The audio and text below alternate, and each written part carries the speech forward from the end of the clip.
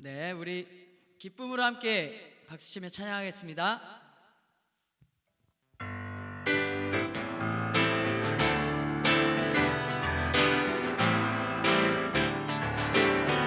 주의 이름 높이며 주의 이름 높이며 주를 찬양하나이다. 나를 구하러 오신 주를 기뻐하나이다. 주의 이름 높이며 주의 이름 높이며 주를 찬양하나이다. 나를 구하러 오신 주를 기뻐하나이다. 하늘 영광 버리고 이 땅 위에 십자가를 지시고 죄사했네. 무덤에서 일어나 하늘로 올리셨네. 주의 이름 높이 하늘 영광 버리고 이 땅 위에 십자가를 지시고 죄사했네. 무덤에서 일어나 하늘로 올리셨네. 주의 이름 높이 주의 이름 높이며 주를 찬양합니다. 주를 찬양하나이다. 나를 구하러 오신 주를 기뻐하나이다. 한 번 더 고백합니다. 주의 이름 높이며 아멘. 주를 찬양하나이다. 나를 구하러 오신 주를 기뻐합니다.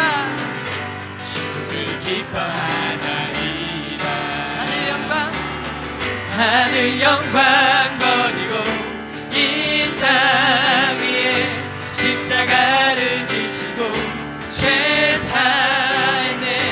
무덤에서 일어나 하늘로 올리셨네. 주의 이름 높이 하늘 영광 버리고 이 땅 위에 십자가를 지시고 죄사했네.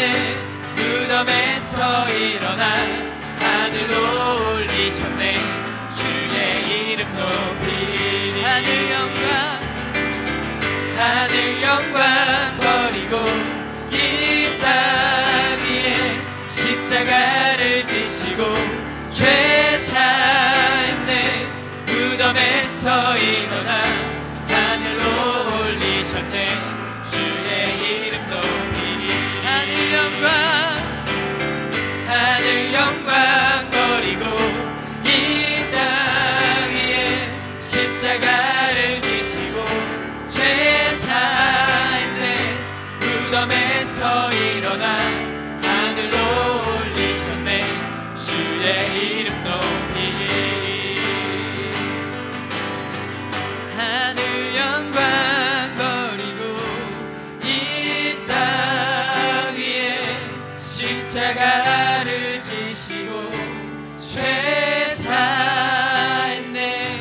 무덤에서 일어나 하늘로 올리셨네. 주의 이름 높이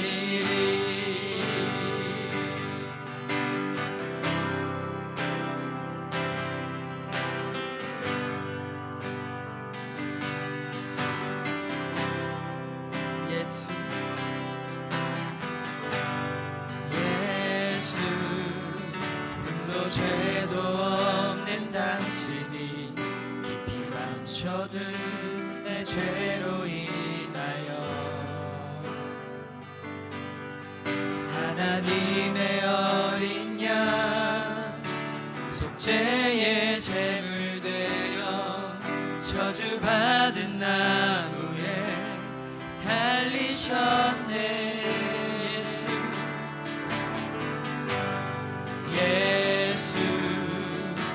흠도 죄도 없는 당신이 깊이 감춰둔 내 죄로 인하여 하나님의 어린 양 속죄의 제물 되어 저주받은 나무에 달리셨네.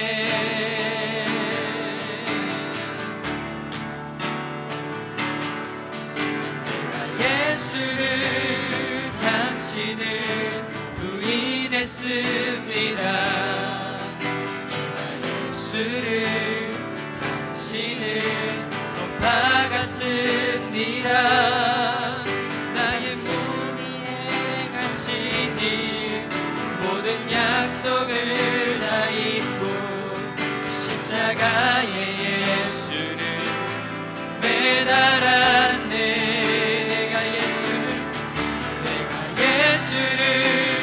당신을 부인했습니다. 내가 예수를 당신을 못 박았습니다. 나의 모든 죄를 지고 아버지께 인도하시는 내가 예수를 못 박았습니다. 한 번 더 고백합니다.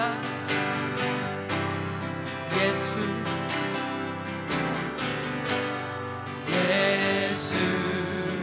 흠도 죄도 없는 당신이 깊이 감춰둔 내 죄로 인하여 하나님의 어린 양 속죄의 제물 되어 저주받은 나무에 달리셨네. 예수 흠도 죄도 없는 당신이 깊이 감춰둔 내 죄로 인하여 하나님의 어린 양 속죄의 제물 되어 저주받은 나무에 달리셨네.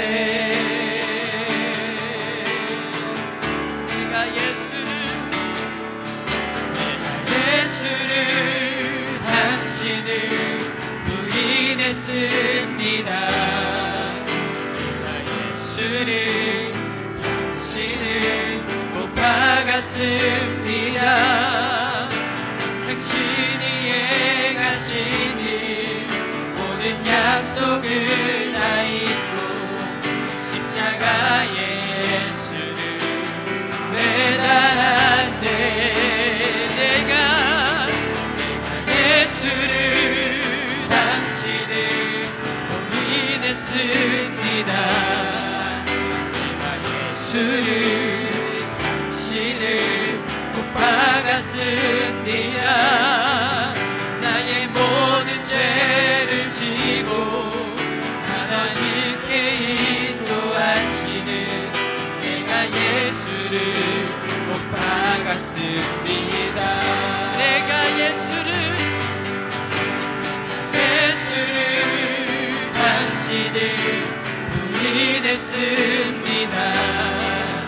내가 예수를 당신을 못 박았습니다. 당신이 행하신 일 모든 약속을 다 잊고 십자가에 예수를 매달았네. 예수를 당신을 부인했습니다. 내가 예수를 당신을 못 박았습니다. 나의 모든 죄를 지고 아버지께 인도하시는 내가 예수를 못 박았습니다. 예수 참 사랑과 평화의 주님,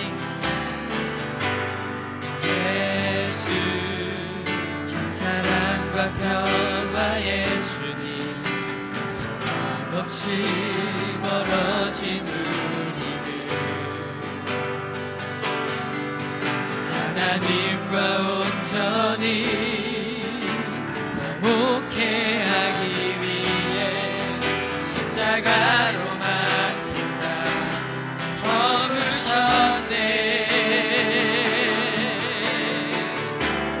내가 예수를 당신을 부인했습니다. 내가 예수를 당신을 못 박았습니다.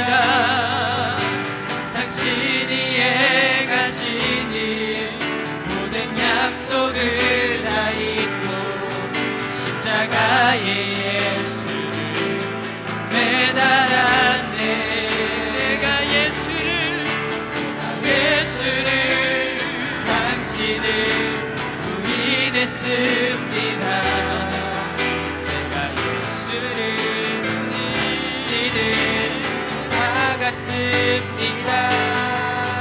나의 모든 죄를 지고 아버지께 인도하시는 내가 예수를 못 박았습니다. 내가 예수를 당신을 부인했습니다. 내가 예수를 당신을 못 박았습니다. 당신이 행하시니 모든 약속을 다 잊고 십자가에 예수를 매달았네.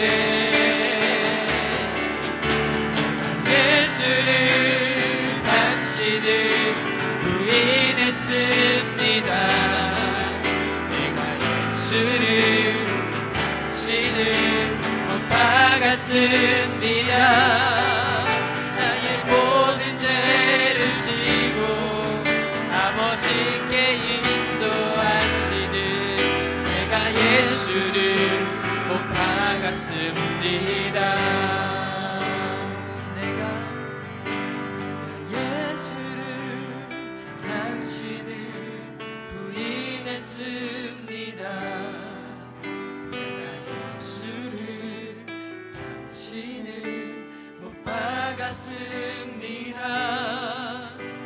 당신이 행하시니 모든 약속을 다 잊고 십자가에 예수를 매달았네. 내가 예수를 당신을 부인했습니다.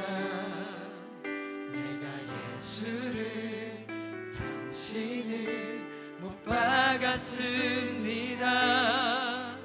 나의 모든 죄를 지고 아버지께 인도하시는 내가 예수를 못 박았습니다.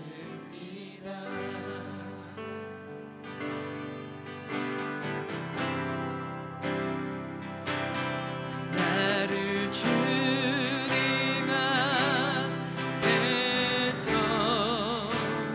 멀리 하지 마시고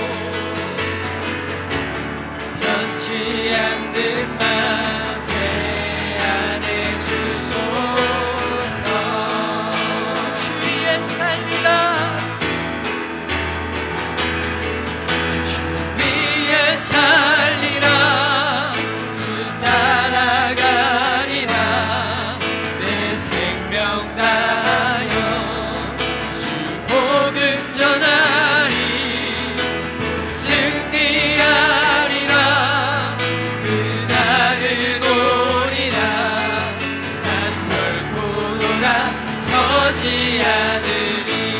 물과 피를 쏟으신 물과 피를 쏟으신 하나님의 어린아, 주님 사랑합니다. 오 주여 나를 보내소서. 물과 피를 쏟으시 하나님 어린 양, 하나님의 어린 양, 주님 사랑합니다. 주님 사랑합니다. 오 주여 나를 보내소서.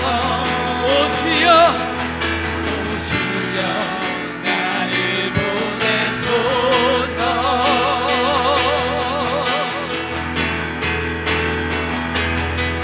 주 위에 살리라. 주 따라가리라.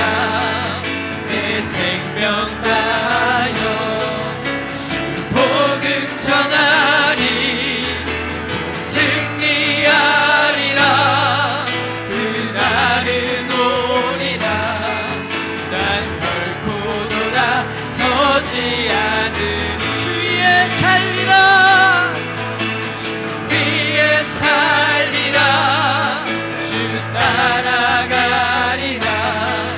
내 생명 다하여 주 복음 전하리. 곧 승리하리라.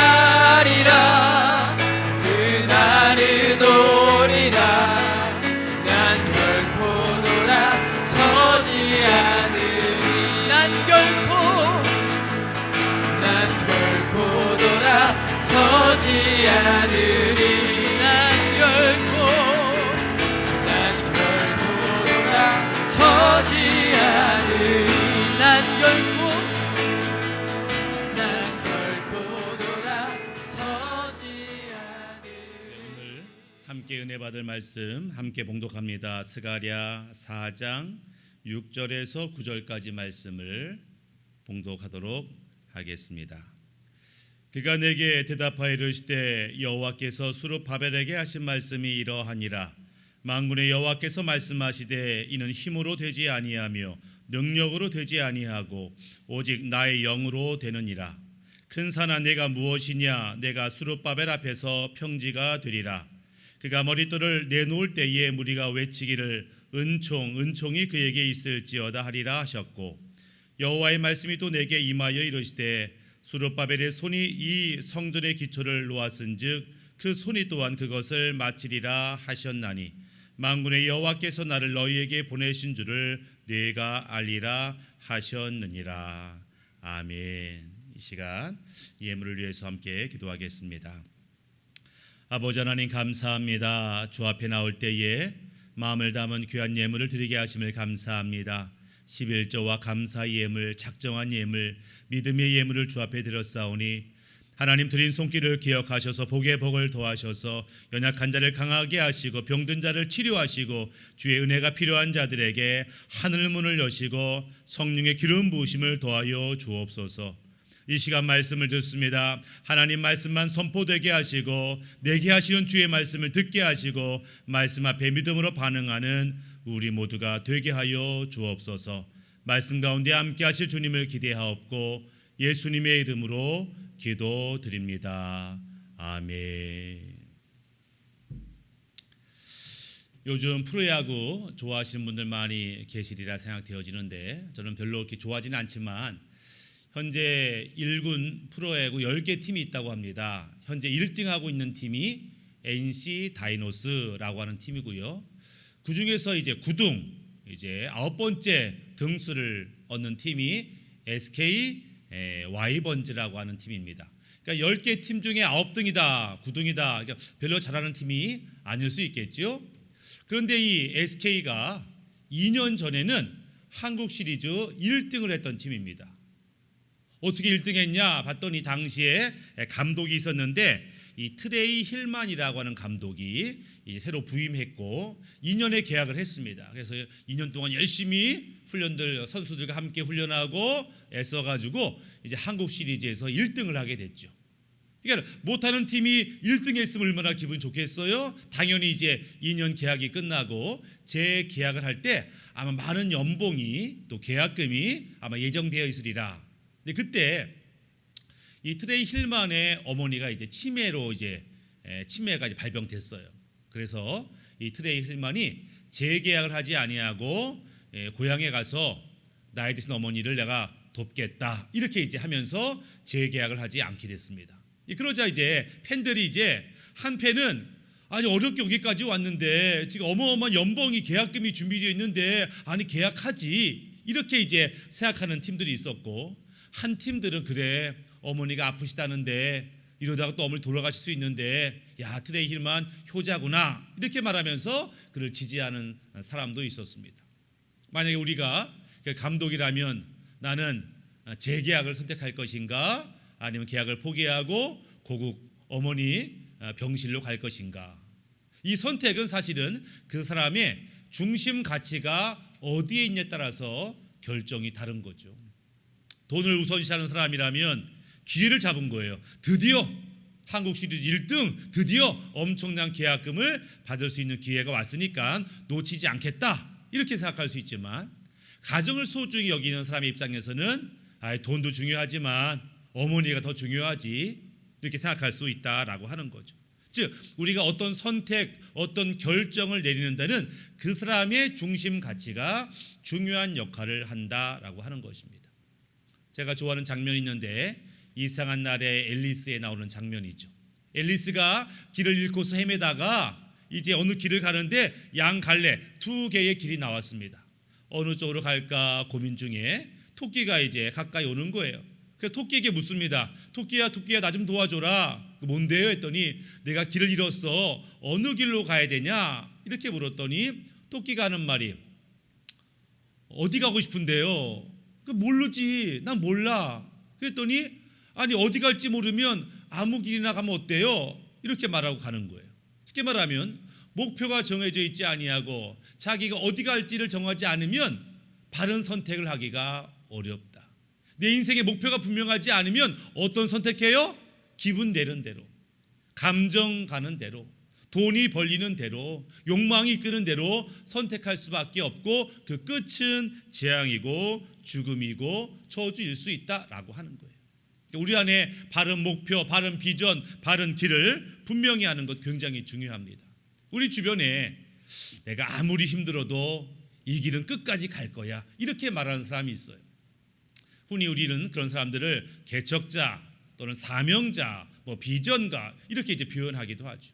그래서 목표가 자기가 가야 할 곳을 분명히 아는 사람들은 어떤 난관이나 어려움이나 문제가 생겼다고 포기하지 아니하고 기다렸다가 또 돌파해 나아가면서 역경을 이겨나가면서 나아가는 것들을 보게 됩니다.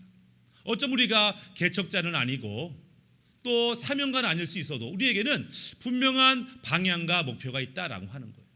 우리는 이 땅의 전부가 아니고 천국을 바라보는 사람이고 하나님이 주신 사명으로 하나님을 영화롭게 하겠다고 하는 그런 꿈을, 사명을 갖고 사람들이기 때문에 혹 우리 앞에 어려움이 난관이 있을지라도 우리는 돌파해 나가는 사람이어야 한다라고 하는 것입니다.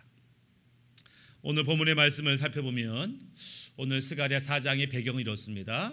이스라엘이 바벨론의 포로가 되고 식민지가 됐어요. 그렇게 끌려간 지 거의 70년이 되어갈 때쯤에 이 바벨론에 변화가 있었습니다.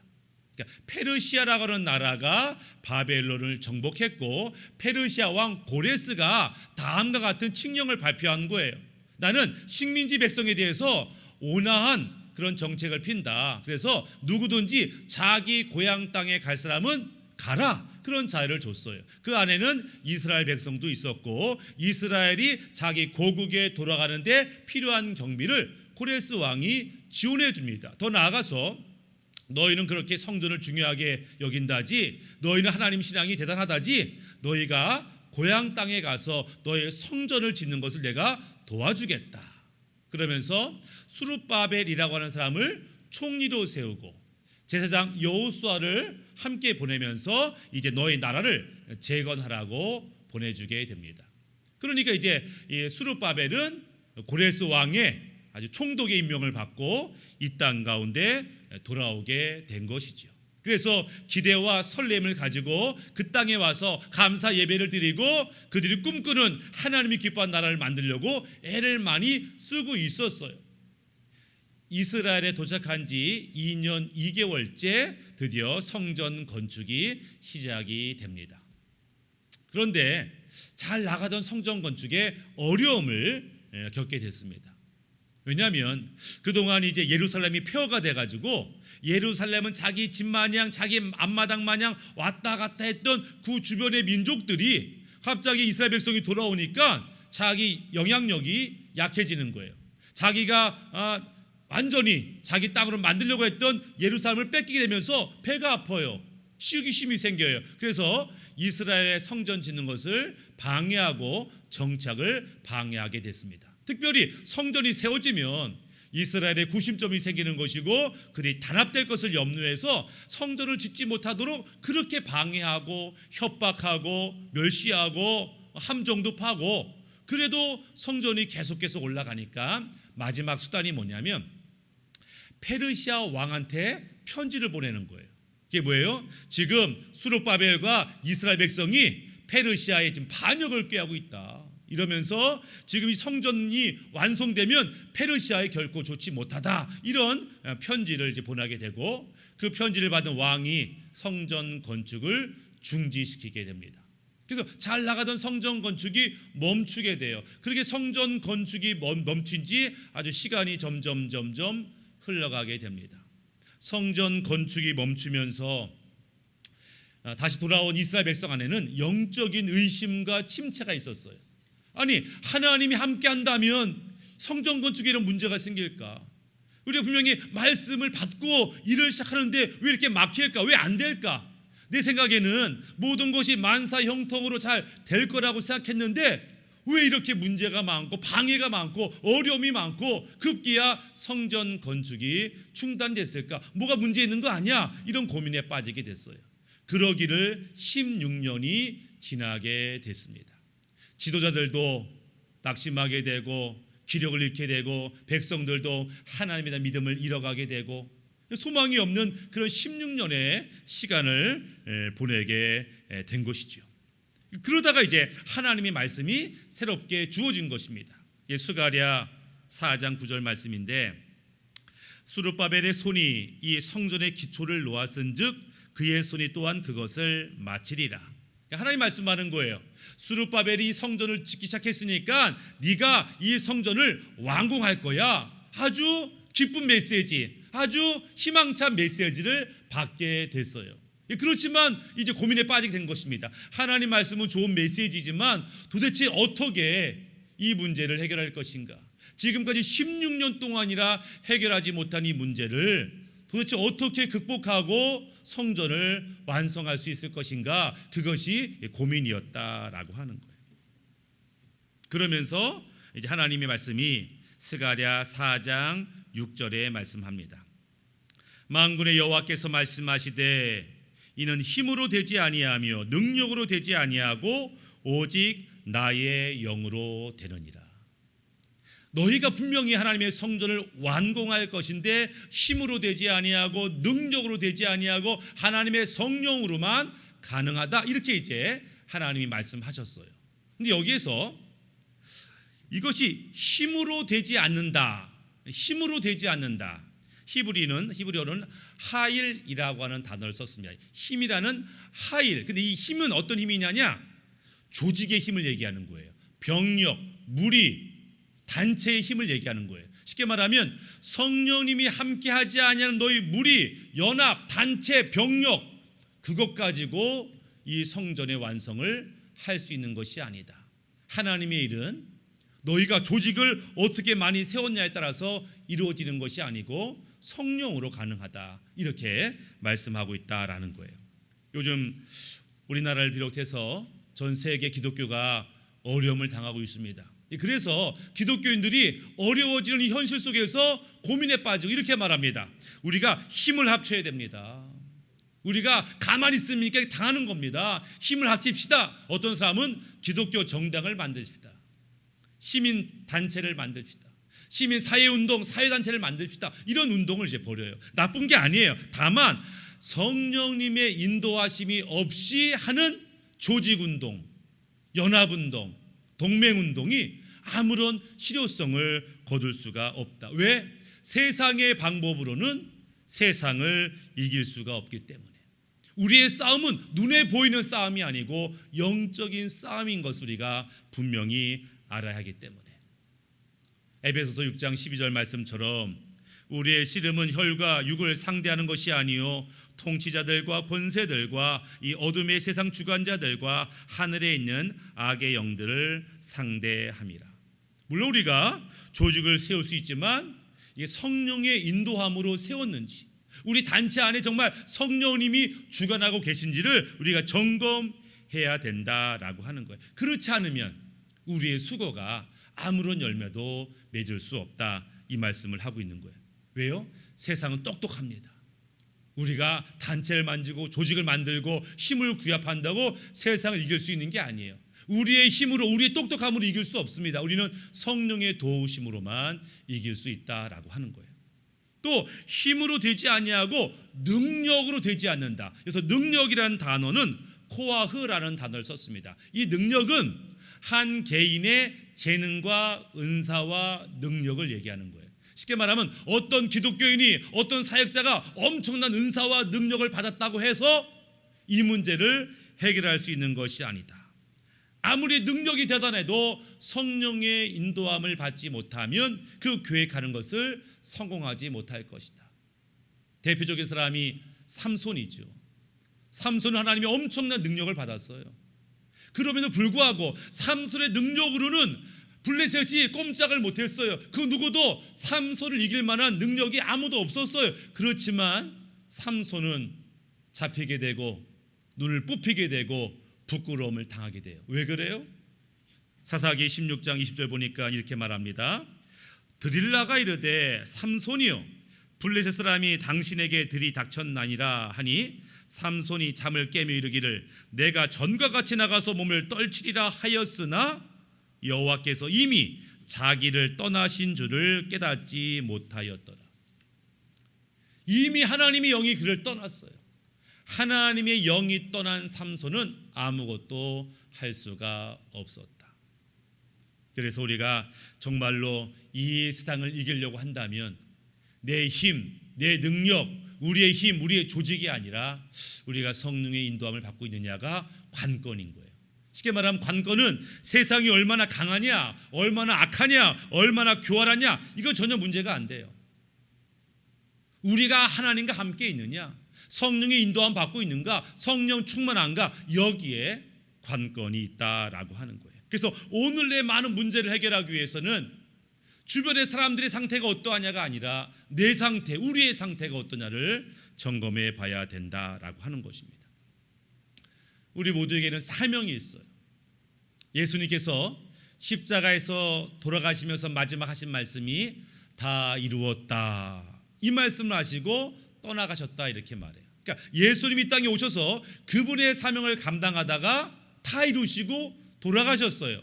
마찬가지 우리에게 사명이 있습니다. 우리 교회에 사명이 있어요. 우리 이 땅을 떠날 때에 예수님처럼 주님 맡기신 사명 내가 다 감당했습니다 라고 떠나는 것이 형통한 인생이고 축복받은 인생이다 라고 하는 거예요. 어떤 사명을 받았습니까? 이 땅에 교회를 세우는 사명, 제자를 세우는 사명, 복음을 증거하는 사명, 하나님 나라를 세우는 사명을 우리가 받았어요. 그런데 주님께서 이 사명을 주시면서 기다려라, 이렇게 말하는 것들을 보게 됩니다. 사도행전 1장 8절에 오직 성령이 너에게 임하시면 너희가 권능을 받고 예루살렘과 온 유대와 사마리아와 땅끝까지 이르러 내 증인이 되리라. 오직 성령이 임하셔야만 너희가 이 사명을 제대로 감당할 수 있다. 성령 받기 전에 너희는 나가지 마라, 말하지 마라, 아직 준비가 된 게 아니다. 너희가 열망이 가득할지라도 성령이 너 안에 충만하지 아니하면 준비된 것이 아니다. 이렇게 말씀하는 것들을 보게 됩니다. 그래서 우리 안에 하나님의 성령이 충만한지, 나는 성령의 인도함 받고 있는 것인지를 분명히 살펴봐야 한다라고 하는 거예요. 그러면 성령이 우리 안에 오시면 도대체 어떤 일을 하시기 때문에 우리가 그분을 기다려야 하는가? 오직 성령이 너에게 임하시면 너희가 권능, 세상을 이길 수 있는 권능을 성령이 임하셔야 받을 수 있다. 오늘날 우리가 한국교회가 세상을 이기고 있나요? 오늘 성도들이 지금 세상을, 우리 문제를, 악한 영을 이기고 있나요? 이기지 못하고 있다면 어쩌면 우리 안에 성령의 충만함과 다스림을 받지 못하고 있기 때문이다 라고 하는 거예요. 그래서 하나님의 성령으로 우리 안에 능력으로 덧입힐 때 우리가 세상을 이길 수 있어요. 예수님께서 제자들을 둘씩 파송하시면서 하신 말씀이 있죠. 마태복음 10장 16절에 보라, 내가 너희를 보냄이 양을 이리 가운데 보냄과 같도다. 그러므로 너희는 뱀같이 지혜롭고 비둘기같이 순결하라. 예수님께서 말씀하십니다. 너희들 세상에 나갈 때 지혜가 필요해. 왜냐하면 세상이 얼마나 악한지, 얼마나 교활한지 너희가 지혜롭지 못하면 너희는 생존할 수가 없어. 마치 늑대의 무리 가운데 양 한 마리가 지나가요. 어떻게 살겠어요? 지혜롭지 못하면 살 수 없어. 한국교회가 이 땅에서 어떻게 살 수 있어요? 지혜롭지 못하면 살 수 없다. 너에게 지혜가 필요하다. 이렇게 말해요. 또한 너에게 순결함, 거룩함이 필요하다. 너희가 지혜롭게 한다고 하면서 세상과 어울리고 세상과 하나가 될 때 너희는 세상에 오염되게 되고 세상을 변화시킬 수 없고 세상을 구원할 수 없게 된다. 이러면서 순결함, 거룩함을 말씀하고 있어요. 그런 면에서 지금 한국교회가 어려움을 당하는 이유는 이 두 가지가 없는 거예요. 지혜롭지 못한 거예요. 한국교회가 지혜가 없습니다. 어떻게 해야 될지를 몰라요. 어디로 가야 될지를 몰라요. 지도자가 없어요. 방향을 알지 못하니까 이길 수가 없습니다. 순결함이 없어요. 세상과 타협했고 죄를 졌고 어둠 가운데 있고, 그러니까 이 어둠을 어떻게 우리가 이길 수가 있겠냐. 근데 이 지혜와 거룩함은 내가 마음 먹는다고 되는 게 아니에요. 이제부터 지혜롭게 살아야지, 거룩하게 살아야지 이런다고 주어지는 게 아니라는 거예요. 이것은 성령님이 우리 안에 오셔서 하나님의 지혜를 주셔야만 되고, 성령님 우리를 거룩하게 만들어야만 거룩한 삶을 살 수 있다라고 하는 것입니다. 그렇기 때문에 오늘 한국교회가 이 세상을 이기기 위해서 무엇을 해야 할 것인가? 첫 번째는 성령 충만함을 사모해야 된다. 성령 충만함을 다시 한번 확인해야 된다. 우리가 하나님을 사모하라, 성령을 사모하라 이렇게 말을 많이 합니다. 이 사모하라라고 하는 단어가 나하라고 하는 히브리 단어를 씁니다. 이 나하라고 하는 우리는 번역하기를 사모하라라고 하는 표현하는 이 나하는 없는 것을 안타까워하고 울부짖어 기도하라 이런 뜻입니다. 나에게 성령이 없음을 안타까 여기고 부르짖어 기도하며 성령을 주옵소서. 지혜가 없음을 안타깝게 여기고 하나님 나에게 지혜 주옵소서. 이것이 사모하는 거예요. 사모하는 거예요. 우리가 성령의 충만함을 사모한다는 것은 우리 안에 부족한 성령의 역사를 깨닫고 하나님께 성령을 달라고 충만함을 달라고 부르짖어 기도하는 것, 그 사모함이 오늘 우리 성도들과 한국교회에 회복되어야 된다. 두 번째는 우리 안에 계신 성령의 인도함을 받아야 된다. 성령님이 우리를 인도하는 방법이 세 단계로 인도하십니다. 성령님이 가장 기뻐하시는 성령의 인도는 우리 안에 계신 성령의 내적 음성을 통해서 우리를 인도하세요. 그러니까 우리 안에 성령이 계시고 우리가 성령의 음성을 들으려고 하고 주의 말씀에 어떤 말씀이든지 순종하려고 한다면 그분은 우리에게 말씀을 하시는 거예요. 내적인 음성을 우리에게 허락하셔서 깨닫게 됩니다. 아, 그렇구나. 기도 중에 깨닫게 돼요. 찬양 중에 깨닫게 돼요. 묵상 중에 깨닫게 돼요. 그래서 하나님이 기뻐하는 삶을 살면 가장 좋은 거예요. 근데 우리가 이 내적인 음성을 듣지 못할 때 두 번째 방법은 외적인 음성을 듣게 하는 것입니다. 즉 내가 내 안에 계신 성령의 음성을 못 들으니까 다른 믿음의 사람을 통해서 성령의 음성을 듣게 하는 거예요. 담임 목사님의 설교를 통해서, 믿음의 권사님의 권면의 말을 통해서, 기독교 방송의 메시지를 통해서, 그러니까 외부의 하나님의 음성을 들음으로써, 교를 받음으로써 아 그랬구나, 맞아 그런 것이 내가 몰랐구나 깨닫게 하시는 외적인 음성이 있어요. 근데 이것조차도 듣지 못해 관심이 없고 귀가 막혔고 완악하면, 이것마저 듣지 못하면 세 번째 성령 인도하는 방법은 환경과 상황으로 우리를 이끌어 가신다라고 하는 거예요. 쉽게 말하면 문제를 어렵게 만들고 사건 사고가 터지는 거죠. 그러면서 왜 내 삶 가운데 이런 일이 벌어지지? 어떻게 하면 좋지? 나에게 무슨 문제가 있지? 이러면서 자기를 돌아보는 계기를 갖게 되고, 이때 하나님의 뜻을 깨닫고 순종하는 방법이 있다라고 하는 거예요. 그런 면에서 지금 한국교회는, 그런 면에서 우리 기독교인들은 지금 세 번째의 성령의 음성을 듣고 있다라고 보시면 되는 거예요. 그 얘기는 우리가 내 안에서 말씀하신 성령의 음성을 우리가 그동안 무시해 왔다라고 하는 거예요. 하나님이 외적인 음성을 들었지만 무관심했다라고 하는 거예요. 하나님 경고의 말씀을 들었지만 대수롭지 않게 여겼다라는 거예요. 그리고 세 번째 방법, 상황과 환경으로 우리를 몰아가시면서 회개하기 원하고 거룩하기 원하고 순종하기 원하시는 주의 음성을 듣게 되었다라고 하는 거예요. 그나마 다행인 것은 이 세 번째 외적인 환경과 상황을 통해서 주께서 말씀하신다는 것은 아직 기회가 있다라는 거예요. 물론 당황스럽고 어렵고 힘든 시기지만 이때라도 우리가 깨닫고 회개하면, 깨닫고 순종하면, 깨닫고 결단하면 하나님 우리를 새롭게 하실 수 있는 그 기회가 우리에게 남아 있다라고 하는 것입니다. 이스라엘 백성이 성전을 짓지 못하고 절망하고 낙심하고 조롱받고 부끄러움 당하고 그렇게 있었어요. 대책이 없었어요. 그때 하나님 말씀이 선포되는 것입니다. 내가 너희의 어려움을 안다. 너희의 조롱과 고통과 부끄러움을 안다. 그러나 내가 너와 함께 할 것이다. 이제 결단하고 순종하라. 주의 말씀이 다시 주어졌다라고 하는 거예요. 이때 우리가 결단하고 전진하면 지금 우리가 겪고 있는 문제가 사실 우리에게 큰 유익이 되는 것들 보게 됩니다. 아마 이런 문제가 없었다고 한다면 지금까지 그냥 잘하고 있는 줄 알았을 거예요. 문제 없다고 생각할 수 있을지 모르겠습니다. 그러나 문제가 생기고 어려움이 생기고 고통이 생기면서 비로소 우리 자신을 돌아보는 그런 기회를 얻게 됐다라고 하는 거죠. 제가 아는 목사님이 계신데 그 목사님이 예전부터 나는 선교사가 될 거야 이렇게 이제 자주 말씀했어요. 근데 내가 그 목사님을 뵐 때마다 좀 불편했습니다. 왜냐하면 그분의 표정이 뭐랄까요? 좀 편안하지 않았어요. 좀 날카로웠어요. 냉소적이었어요.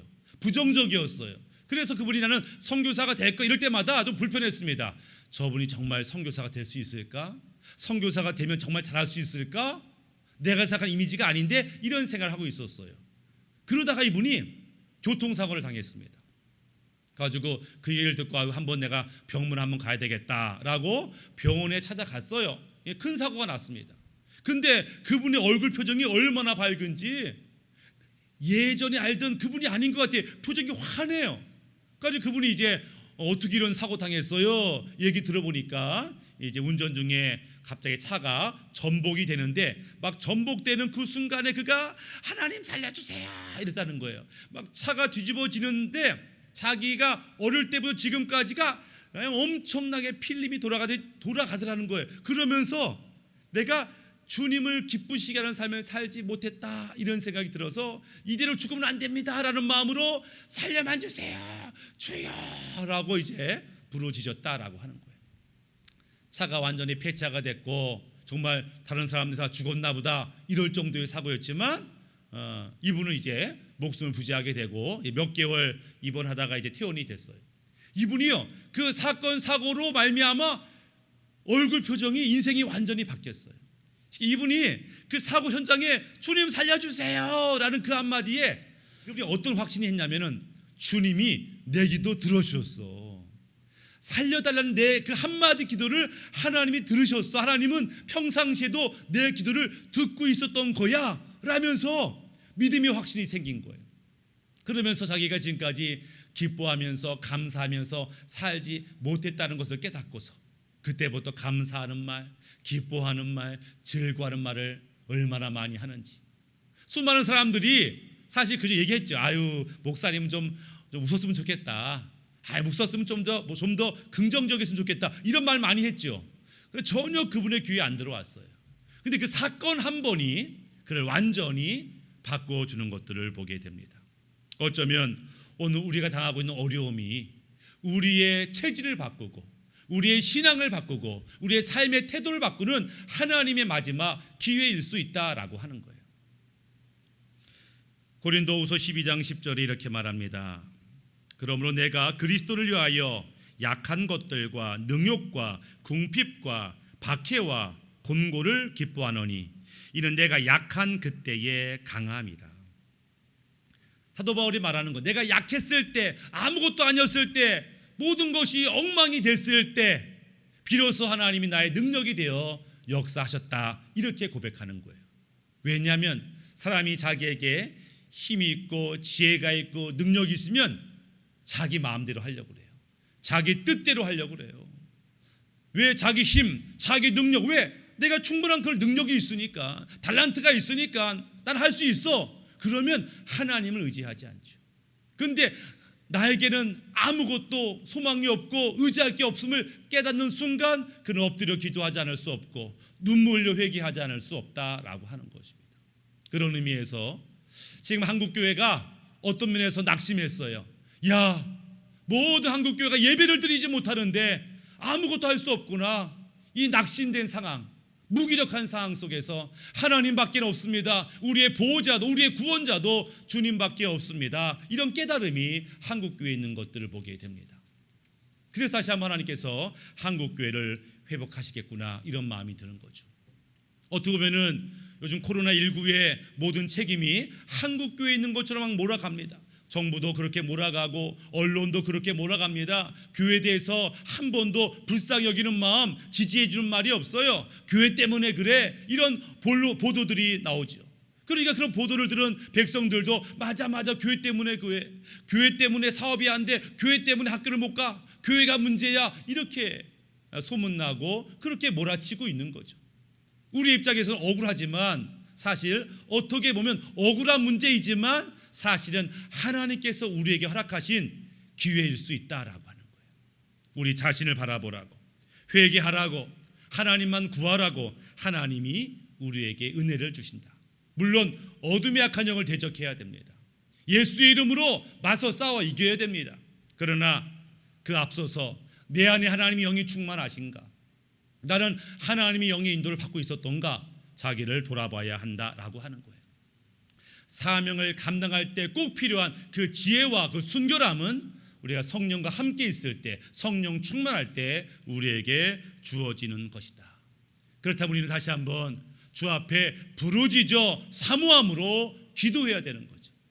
다시 한번 성령 충만함을 달라고 오순절 마가의 다락방에서 주의 백성들이 부르짖어 기도했던 것처럼 다시 한번 성령의 충만함을 달라 기도하시고, 내 안에 오신 성령의 음성을 들을 수 있도록 내적 음성, 외적 음성, 환경의 음성을 듣고 결단하고 순종해서 다시 한번 마지막 기회를 누리는 우리 모두가 될 수 있도록, 그래서 세상을 이기는 한국교회, 문제를 이기는 우리의 가정 될 수 있도록 주님의 이름으로 축복합니다. 아멘. 이 시간 기도하겠습니다. 아버지 하나님, 오늘 한국교회가 어려움에 처해 있습니다. 하나님이 도와주시지 아니하면, 하나님이 역사하지 아니하면 어찌할지 몰라 하나님 절망하고 낙심할 수밖에 없는 상황입니다. 하나님, 한국교회에 다시 한번 기회를 허락하여 주옵소서. 다시 한번 회개의 불을 도와여 주시고 기도의 불을 도와시고 은혜의 불을 허락하여 주옵소서. 한국교회가 깨어나게 하시고 마지막 시대의 사명을 감당하는 한국교회 되게 하여 주옵소서. 열방을 복음에 증거하는 한국교회 되게 하시고 깨어 기도하는 한국교회 되게 하여 주옵소서. 우리를 다시 한번 긍휼히 여기사 다시 한번 새 힘으로 역사하여 주옵소서. 우리와 함께 하실 주님을 기대하며 예수님의 이름으로 기도드립니다. 아멘. 찬양 183장 찬양 드리겠습니다.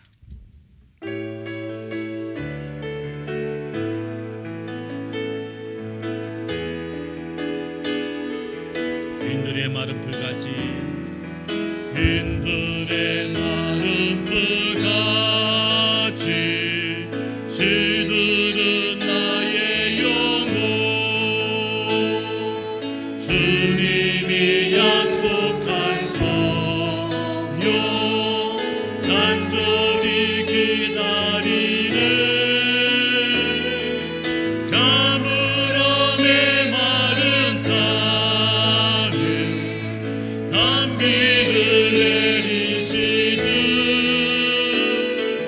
성령의 단비를 부어 새 생명 주옵소서 반가운 빗소리 들려 산천이 춤을 추네 봄비로 내리는 성령 내게도 주옵소서 가물음에 마른 땅에 단비를 내리시듯 성령의 단비를 부어 새 생명 주옵소서 절 따라 우로를 내려 조목이 무성하니 갈급한 내 심령 위에 성령을 부으소서 가물음에 마른 땅에 단비를 내리시듯 성령의 단비를 부어 새 생명 주옵소서 가물음에 마른 땅에 가물음에 마른 땅에 단비를 내리시듯 성령의 단비를 부어 새 생명 주옵소서. 아멘. 교회 소식 알려드리겠습니다. 코로나19 사태로 교회 예배가 어려운 시기입니다. 그럴지라도 가정에서 또 직장에서 말씀 묵상하시고 말씀을 깨달은 대로 순종하는 우리 모두가 됐으면 좋겠습니다. 당분간 주일 예배를 영상 예배로 드리는 거 기억하시면 좋겠습니다. 문의하신 분이 계셔서 헌금 계좌 번호를 올려드리도록 하겠습니다. 그래서 헌금은 국민은행 계좌로 보내주시면 감사하겠습니다. 다른 광고 없으시면 기도로 마치겠습니다. 여호와는 내게 복을 주시고 너를 지키시기를 원하며 여호와는 그 얼굴을 내게 비추사 은혜 베푸시기를 원하며 여호와는 그 얼굴을 내게로 향하여 두사 평강 주시기를 원하노라. 이제는 우리 구주 예수 그리스도의 은혜와 그 크신 아버지 하나님의 사랑과 성령의 감화감도 역사하심이 이제 성령을 사모하고 성령의 음성을 듣고 순종하기 원하는 이곳에는 주의 백성과 가족과 한국교회와 사명 후에 이제부터 영원토록 함께 있을지어다. 아멘.